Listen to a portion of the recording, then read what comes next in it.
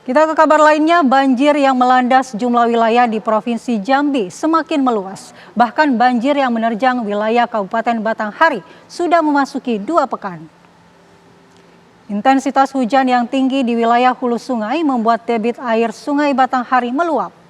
Akibatnya, ribuan rumah warga di Kabupaten Batanghari, Jambi juga turut terendam banjir. Bahkan ketinggian air di beberapa wilayah di 7 kecamatan ini sudah mencapai 2 meter. Selama 2 pekan ini sedikitnya ada 53 desa dan kelurahan digenangi air. Selain merendam permukiman warga, sejumlah fasilitas umum seperti kantor desa, sekolah, rumah ibadah dan jalan penghubung antar desa maupun kecamatan turut terendam. Sementara sejumlah warga mengaku belum mendapatkan bantuan sembako dari pemerintah. Untuk bertahan, hidup mereka mengandalkan bantuan dari sanak saudara dan tetangga.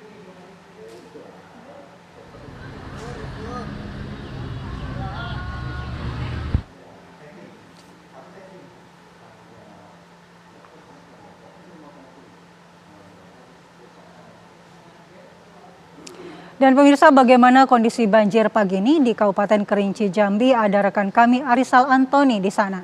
Dan kami juga sudah terhubung dengan Kepala Dinas Bencana Alam Kabupaten Kerinci, Darifus. Kami ke Arisal Antoni dulu. Ya, bagaimana kondisi banjir saat ini, Arisal? Ya, Adi Kumala dan juga pemirsa TV One, pagi ini saya berada di salah satu titik banjir yang terluas di daerah hilir Kabupaten Kerinci, tepatnya di Kecamatan Danau Kerinci.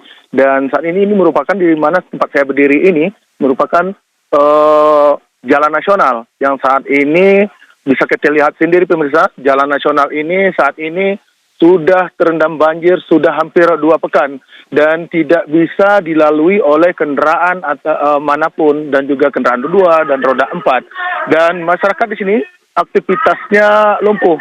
Dan untuk melalui jalur ini, mereka sudah terpaksa menggunakan perahu yang disediakan oleh masyarakat sekitar.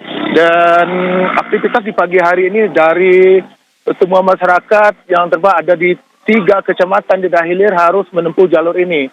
Karena mereka tidak ada jalur yang harus tempuh lagi karena semuanya sudah lumpuh. Dan untuk saya beritahukan juga Kumala, untuk aksesnya dulu ini ada beberapa titik banjir yang terjadi, ada 3 titik banjir yaitu di Desa Semerap, Lempur Danau, Pulau Tengah dan juga yang lainnya.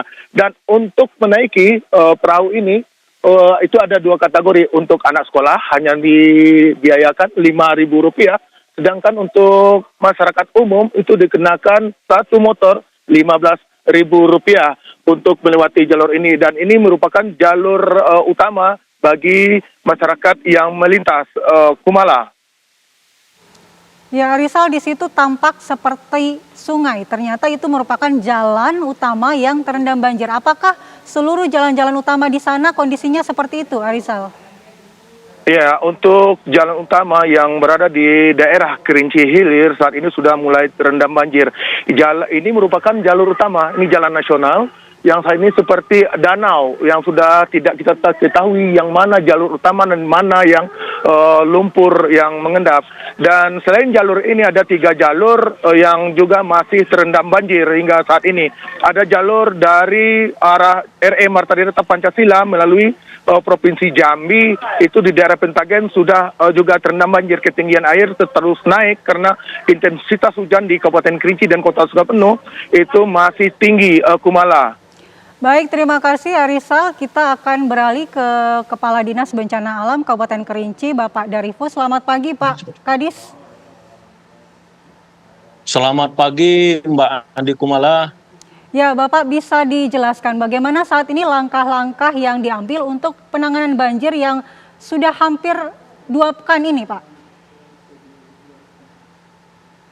Baik, kami sampaikan bahwa melalui Satgas Tanggap Darurat, kita telah melakukan rapat pada tanggal 14 kemarin bersama dengan Forkopimda dan dinas instansi terkait, bahwa untuk penanganan bencana yang terjadi di Kabupaten Kerinci pada tanggal 14 kemarin itu masa tanggap daruratnya sudah selesai.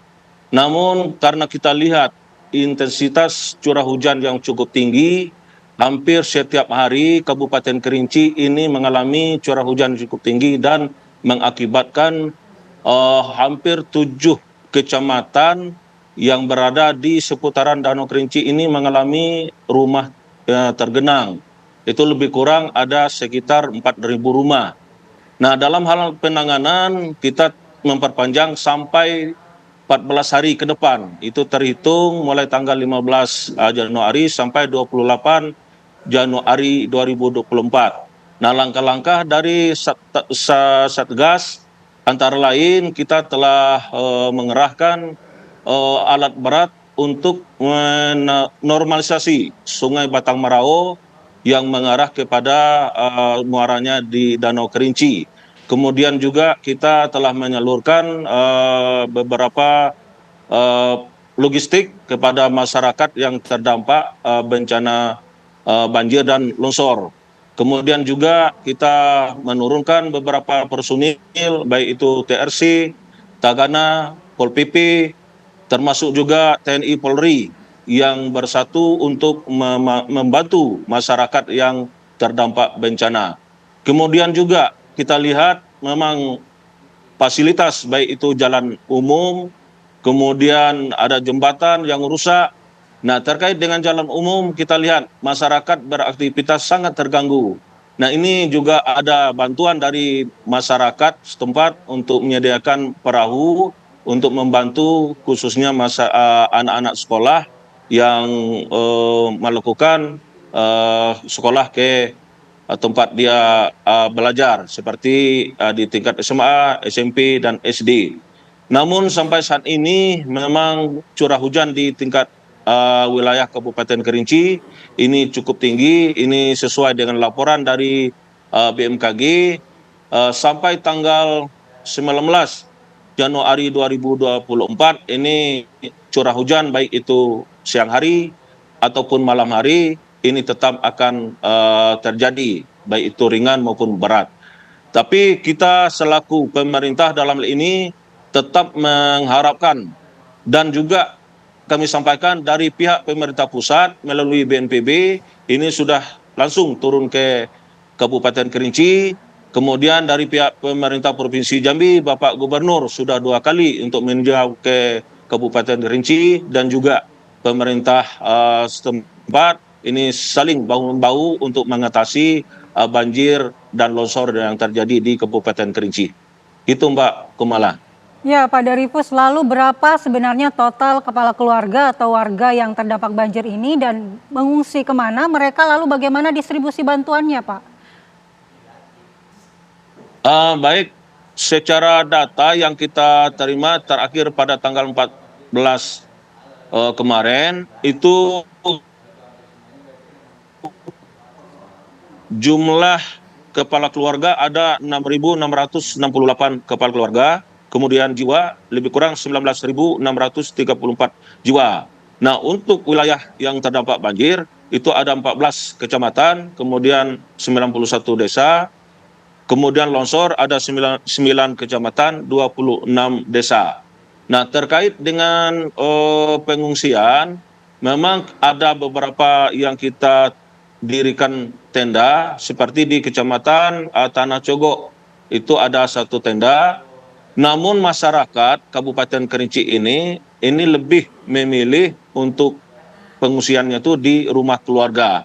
Namun walaupun di rumah keluarga, kita selaku Satgas dan pemerintah Kabupaten Kerinci ini tetap memberikan bantuan seperti sembako, selimut, dan bantuan bentuk lainnya. Nah, Pak, bagaimana soal aktivitas warga di sana untuk kita lihat bahwa jalan-jalan utama semuanya terendam dan beraktivitas harus menggunakan perahu. Apakah warga yang beraktivitas menggunakan perahu ini harus membayar begitu, Pak? Dan bagaimana mengenai hal itu? Baik, karena banyak badan jalan yang tergenang air, ini kita lihat aktivitas masyarakat ini sangat terganggu. Dan juga umumnya hampir 65% masyarakat Kerinci ini adalah petani. persawahan ini luar biasa tergenang. Jadi kalau kita pantau sampai saat ini, memang aktivitas masyarakat ini sangat terganggu sekali. Namun kalau terkait dengan adanya perahu ini, memang secara bantuan dari masyarakat, ya ini adalah betul-betul untuk membantu, harus membantu masyarakat ini beraktivitas seperti untuk mengajar di sekolah atau ke kantor. Namun sangat terbatas sekali, apalagi perahu ini adalah perahu masyarakat. Nah, kita juga dari pemerintah melalui BPBD, bantuan dari BNPB itu ada 2 perahu. Ini sudah kita sampaikan kepada Pak Camat, kepala desa, yang desanya yang terdampak bencana, di mana di aliran air itu menggenangi badan jalan, sehingga ini mengganggu. Nah, inilah salah satu ada upaya dari kita pemerintah, ya, bantuan dari BNPB, pemerintah pusat, dan dari BPBD Provinsi Jambi melalui Bapak Gubernur Jambi. Demikian, Mbak Kumala. Baik, terima kasih Pak Darifus, Kepala Dinas Penanggulangan Bencana Kerinci, dan juga sebelumnya ada laporan dari rekan kami Arisal Antoni.